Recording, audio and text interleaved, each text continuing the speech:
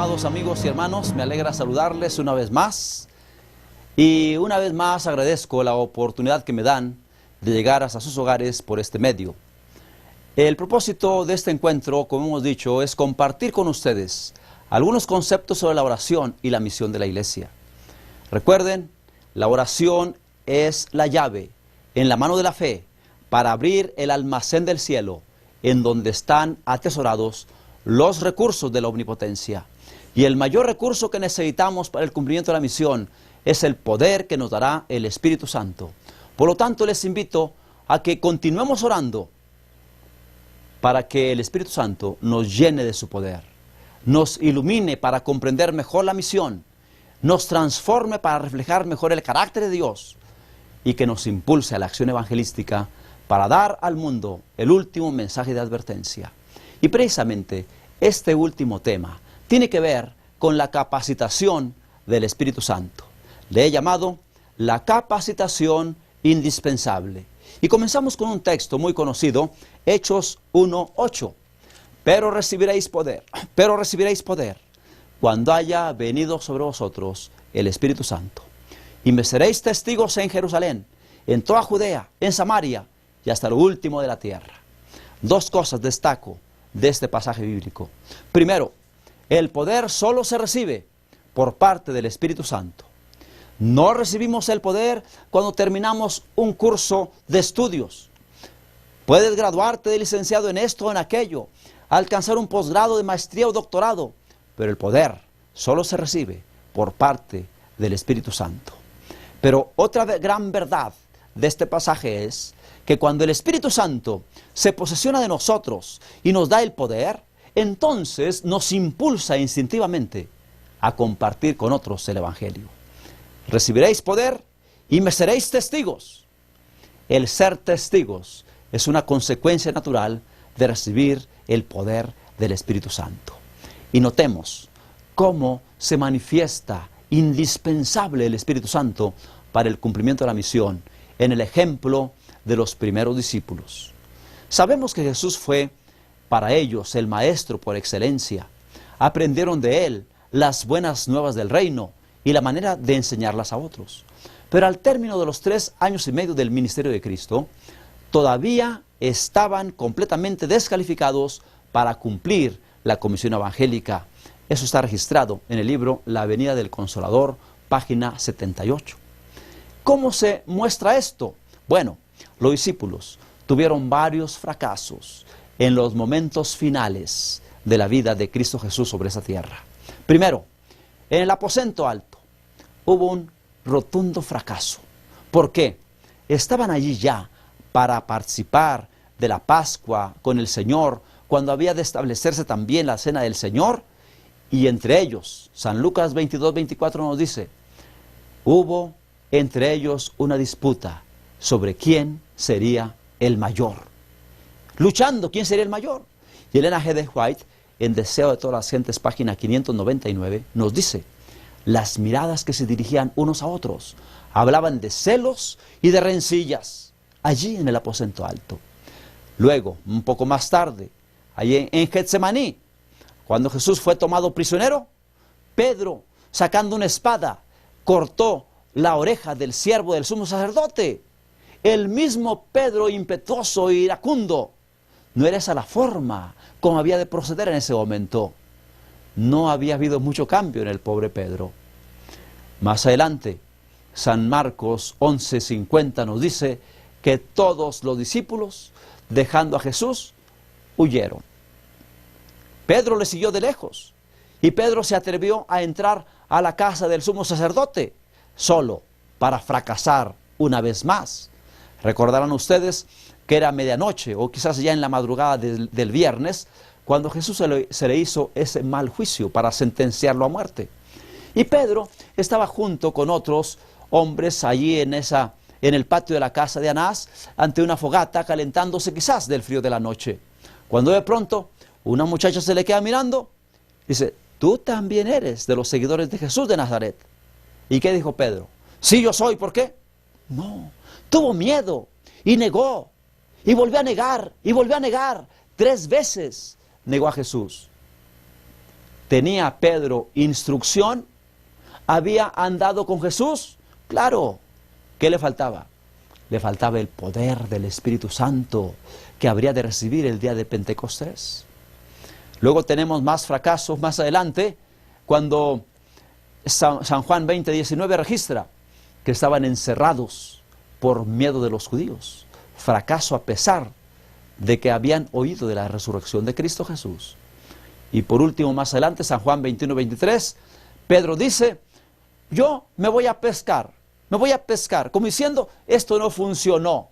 Y los demás dijeron: vamos nosotros también contigo. Noten, fracaso tras fracaso. ¿Tenían enseñanza ellos? ¿Qué acaso no Jesús les había dado instrucción? En San Mateo 10 encontramos todas las instrucciones que les dio. ¿Qué faltaba? El poder del Espíritu. Y hermanos, esa es la condición de muchas de nuestras iglesias en la actualidad. Tienen mucha instrucción, asisten a cursos de entrenamiento aquí y allá, viene un instructor, viene otro, le da más instrucción. Como alguien dijo, nuestro punto flaco no es la ignorancia, sino la inacción. ¿Qué falta? Lo que falta es, mis hermanos, el poder del Espíritu Santo. El chasco que experimentaron los discípulos, cuando finalmente llegó el momento del sufrimiento de Cristo, demostró que la eficacia de la instrucción que Cristo les había impartido al respecto había sido solo parcial.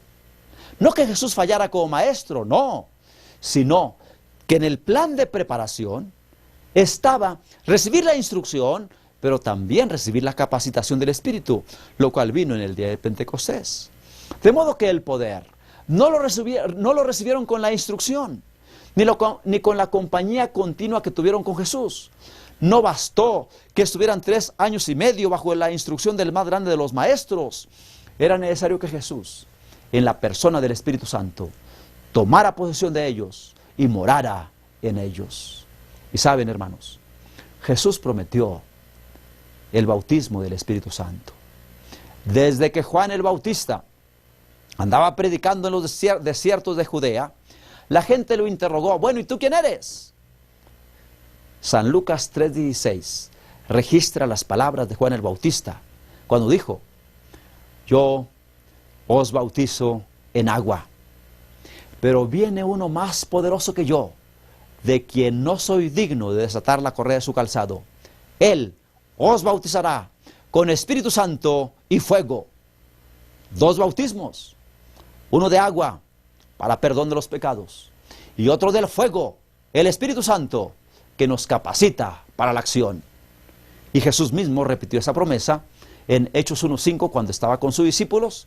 Les recuerda y les dice: Juan ciertamente bautizó con agua, pero vosotros seréis bautizados con el Espíritu Santo dentro de no muchos días. Ya anteriormente Jesús había prometido: yo rogaré al Padre y yo os dará otro consolador para que esté con vosotros para siempre. San Juan 14:16 y 17. Se refería, dijo él, al Espíritu de verdad, el cual el mundo no puede recibir porque no le ve ni le conoce. Pero vosotros le conocéis porque mora con vosotros y estará en vosotros. Noten esas 2 expresiones: mora con vosotros. Tiempo presente, el Espíritu moraba con ellos. Pero luego la otra expresión, en futuro: estará en vosotros. No bastaba que el Espíritu Santo estuviera con ellos, era necesario que el Espíritu Santo estuviera en ellos. Y es lo mismo que nos pasa ahora, mis queridos hermanos. Estamos aquí reunidos en un grupo pequeño. ¿Por qué? Porque el Espíritu está con nosotros.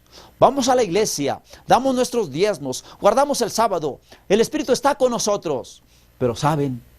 No nos convertimos en un ejército grande que vaya a proclamar las verdades del Señor, casa por casa, colonia por colonia. ¿Por qué hace falta? Hace falta que el Espíritu Santo no solo esté con nosotros, sino que esté como en nosotros. Cuando los discípulos experimentaron eso, dice Hechos capítulo 2 y versículo 4, comenzaron a hablar conforme el Espíritu les daba que hablase. y no podían dejar de decir lo que habían visto y oído. Y continuaron hablando con denuedo la palabra de Dios. ¡Qué transformación! Nada de aquel Pedro negando a Jesús, nada de los discípulos huyendo, nada de que estaban viendo a ver quién sería el mayor. No, ahora, con el Espíritu Santo en ellos, que fue el bautismo del fuego, fueron transformados y capacitados para la misión. Lo mismo necesitamos ahora, una preparación para recibir el Espíritu Santo. Desafortunadamente, Elena G. de White nos habla de algunos obstáculos para recibir el Espíritu Santo.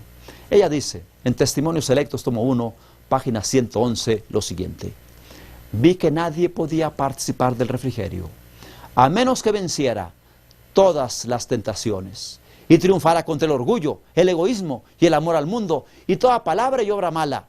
Por lo tanto, debemos nosotros acercarnos más y más al Señor y buscar anhelosamente la preparación necesaria que nos habilite para permanecer firmes en la batalla el día del Señor. Noten los obstáculos: orgullo, egoísmo, amor al mundo, y la lista se hace más grande. Otra declaración dice lo siguiente: el Espíritu no podrá nunca ser derramado mientras los miembros de la Iglesia alberguen divergencias y amarguras los unos hacia los otros. La envidia, los celos, las malas sospechas y las maledicencias son de Satanás y cierran eficazmente el camino para que el Espíritu Santo no obre. Obstáculos: orgullo, egoísmo, amor al mundo, divergencias, amarguras, celos, malas sospechas, maledicencias, en fin. Ahora, ¿cuáles fueron los pasos que los discípulos siguieron en su preparación? En el libro Recibiréis Poder, página 27, leemos lo siguiente: solo mediante la confesión y el abandono del pecado, la oración ferviente y la consagración a Dios, los discípulos pudieron estar preparados para el derramamiento del Espíritu Santo en el día del Pentecostés. Una obra semejante, pero en grado superlativo, debe hacerse ahora. 3 cosas: confesión y abandono del pecado, oración ferviente y consagración a Dios. Otra declaración muy importante que a mis estudiantes les pido la aprendan de memoria y la practiquen. Dice: tan solo cuando el egoísmo está muerto, cuando la lucha por la supremacía está desterrada, cuando la gratitud llena el corazón y el amor hace fragante la vida, tan solo entonces Cristo mora en el alma y nosotros somos reconocidos como obreros juntamente con Dios. Noten, 4 condiciones para que Cristo more en el alma y nosotros seamos reconocidos como obreros juntamente con Dios. Que el egoísmo esté muerto, que la lucha por la supremacía esté desterrada, que la gratitud llene el corazón y que el amor haga fragante la vida. ¿Te gustaría una experiencia así? Saben, los discípulos se sometieron al Señor. Hubo confesión, oración, arrepentimiento. Y el registro que encontramos de ellos es el siguiente: después del derramamiento del Espíritu Santo, los discípulos salieron para proclamar al Salvador resucitado, poseídos del único deseo de salvar almas. Se regocijaban en la dulzura de la comunión con los santos. Eran afectuosos, atentos, abnegados, dispuestos a hacer cualquier sacrificio en favor de la verdad. En sus relaciones cotidianas unos con otros, manifestaban el amor que Cristo les había ordenado revelar al mundo. Por sus palabras y acciones desinteresadas, se esforzaban por encender este amor en otros corazones. Ah, mis queridos hermanos, quiere el Señor que esa sea nuestra experiencia, porque entonces, como dice el deseo de todas las gentes, página 144, cuando el Espíritu de Dios se posesiona del corazón, transforma la vida, transforma la vida. Los pensamientos pecaminosos son puestos a un lado, las malas acciones son abandonadas, el amor, la humildad y la paz reemplazan la ira, la envidia y las contenciones. La alegría reemplaza la tristeza y el rostro refleja la luz del cielo. Que esa sea la experiencia de cada uno de nosotros, mis queridos hermanos. Y como tarea, al hablar acerca de lo indispensable del Espíritu Santo y la forma como podemos recibirlo, voy a dejarles como tarea que hagan un plan de oración, orando por cada uno en particular. Cada uno conoce cuáles son sus problemas, sus luchas. También un plan de oración para orar por el territorio que vamos a evangelizar, por las personas que vamos a visitar, porque consigamos intereses, por los estudios que daremos, en fin, un plan de oración. Y hermanos, siendo que es el Espíritu Santo nuestra gran necesidad, quisiera cerrar esta presentación orando juntamente con ustedes, pidiendo al Señor que nos otorgue el Espíritu Santo y que nos ayude a acondicionar nuestros corazones para que el Pentecostés sea una realidad de nuestras vidas y salgamos con el único deseo de salvar almas, poseídos de un intenso amor por Cristo Jesús, para trabajar por los perdidos y conducirlos a los pies del Salvador. Les invito a que inclinemos el rostro y oremos. Querido Padre, gracias Señor, porque en tu palabra y en el Espíritu de profecía nos muestras las acciones que hay que tomar para acondicionar nuestras vidas de modo que podamos ser llenos del poder del Espíritu Santo. Y en esta hora decimos, Señor, llénanos del Espíritu Santo. Bautízanos cada día con el Espíritu Santo. Que pongamos a un lado el orgullo, el egoísmo, el amor al mundo. Que dejemos a un lado la lucha por la supremacía, amarguras, contiendas, disensiones, y busquemos en humildad la unción del Espíritu Santo para terminar ya con el poder del Espíritu, con el impulso que nos dé, terminar la tarea que nos has encomendado, para entonces poder ver a Jesús venir en las nubes de los cielos e ir a nuestro hogar celestial. Bendice a cada uno de mis hermanos en este lugar y ayúdanos a todos para que cada día recibamos un bautismo del Espíritu Santo. Lo pedimos en el nombre de Cristo Jesús. Amén. Que Dios les bendiga, mis queridos hermanos. Ha sido un placer estar con ustedes. Bendiciones.